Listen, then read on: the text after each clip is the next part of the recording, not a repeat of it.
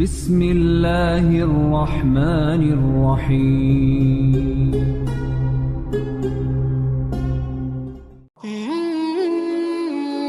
Assalamualaikum warahmatullahi wabarakatuh, sahabat cinta Islam Channel.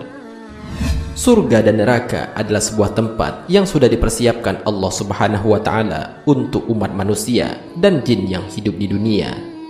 Surga digambarkan sebagai tempat yang sangat indah, banyak kenikmatan-kenikmatan yang Allah berikan di dalamnya, dan sebaliknya, neraka adalah tempat yang sangat menakutkan karena semua yang masuk ke dalamnya akan diazab sesuai dengan perbuatannya semasa hidup di dunia.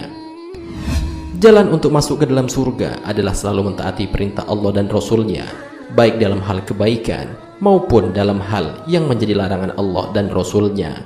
Sedangkan jalan untuk masuk ke dalam neraka adalah cukup dengan melalaikan perintah dan larangan Allah Subhanahu wa Ta'ala. Ketetapan seseorang apakah akan dimasukkan ke dalam surga ataupun neraka adalah menjadi hak prerogatif Allah Subhanahu wa Ta'ala. Orang yang semasa hidupnya di dunia dipandang oleh manusia adalah orang yang taat beribadah kepada Allah, bisa jadi akan dimasukkan ke dalam neraka.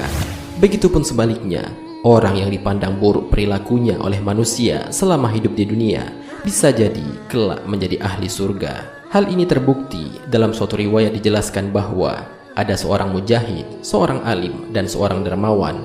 Kelak di akhirat bukanlah surga yang diperolehnya, melainkan justru neraka yang didapat oleh ketiganya tersebut.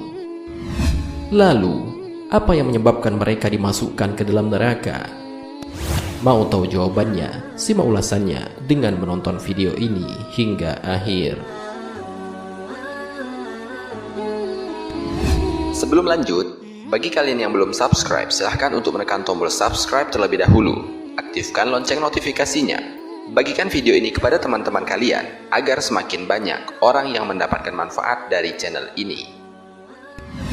Sahabat cinta Islam Channel, tentang seorang mujahid, seorang alim, dan seorang dermawan yang dimasukkan ke dalam neraka ini, terdapat dalam sebuah hadis Rasulullah SAW dari Abu Hurairah yang diriwayatkan oleh Imam Muslim, An-Nasai, Imam Ahmad, dan Al-Baihaqi.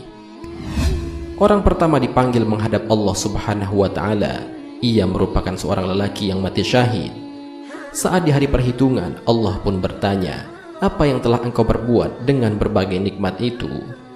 Mujahid itu menjawab, "Saya telah berperang karenamu sehingga saya mati syahid," ujar lelaki itu. Allah Subhanahu wa Ta'ala pun menyangkalnya, "Kau telah berdusta. Kau berperang agar namamu disebut manusia sebagai orang yang pemberani, dan ternyata kamu telah disebut-sebut demikian." Kemudian mujahid itu pun diseret wajahnya dan dilemparkan ke dalam neraka jahanam. Kemudian orang kedua pun dipanggil. Ia merupakan seorang alim ulama yang mengajarkan Al-Quran pada manusia. Seperti halnya orang pertama, Allah Subhanahu wa Ta'ala bertanya tentang hal yang sama. "Apa yang telah engkau perbuat dengan berbagai nikmat itu?" Sang ulama menjawab, "Saya telah membaca, mempelajari, dan mengajarkan Al-Quran karena engkau," ujar sang alim ulama itu. Kemudian Allah Subhanahu wa Ta'ala berfirman, "Kamu berdusta. Kau mempelajari ilmu agar disebut sebagai seorang alim, dan kamu membaca Al-Quran agar kamu disebut sebagai seorang qori." Lalu sang alim ulama pun menyusul si mujahid dimasukkan ke dalam neraka. Lalu orang ketiga pun dipanggil. Kali ini ia merupakan seorang yang sangat dermawan. Sang dermawan itu dianugerahi oleh Allah Subhanahu wa Ta'ala harta yang melimpah. Allah pun menanyakan tanggung jawabnya atas nikmat itu. "Apa yang telah engkau perbuat dengan berbagai nikmatku?" Kemudian sang dermawan menjawab, "Saya tidak pernah meninggalkan sedekah dan infak di jalan yang engkau cintai, melainkan pasti aku melakukannya semata-mata karena engkau," jawab sang dermawan itu. Dia pun tak jauh berbeda dengan dua orang sebelumnya. Allah Subhanahu wa Ta'ala berfirman, "Engkau berdusta. Engkau melakukannya karena ingin disebut sebagai seorang dermawan, dan begitulah yang dikatakan orang-orang tentang dirimu." Lalu sang dermawan yang ria itu pun diseret dan dilemparkan ke dalam neraka, bergabung dengan dua temannya yang juga menyimpan sifat ria di hatinya. Sahabat cinta Islam Channel, di mata manusia, ketiganya merupakan seorang yang taat beribadah dan diyakini akan menjadi penduduk surga. namun hanya Allah yang mengetahui segala isi hati hambanya. Ketiganya tak pernah mengikhlaskan amalnya untuk Allah, melainkan mereka melakukannya agar diakui manusia. Akhirnya mereka pun berakhir di neraka dan menjadi penghuni neraka pertama. Kisah pengadilan akhirat tersebut terdapat dalam hadis Rasulullah SAW dari Abu Hurairah. Hadis tersebut diriwayatkan oleh Imam Muslim, An-Nasai, Imam Ahmad, dan Al-Baihaqi. Kisah yang sama dalam teks hadis yang berbeda juga diriwayatkan oleh Imam Tirmizi, Ibnu Hibban, dan Al-Hakim. Di akhir hadis, Abu Hurairah bahkan membacakan firman Allah Subhanahu wa Ta'ala yang menjadi hikmah pelajaran atas kisah tersebut.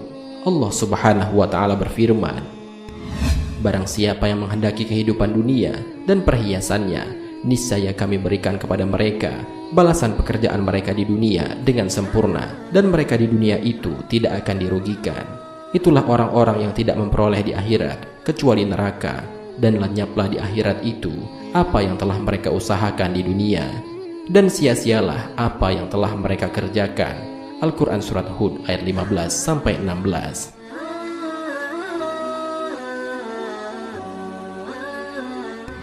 Sahabat Cinta Islam Channel, demikianlah penjelasan mengenai kisah mujahid, ulama, dan dermawan yang dimasukkan ke dalam neraka.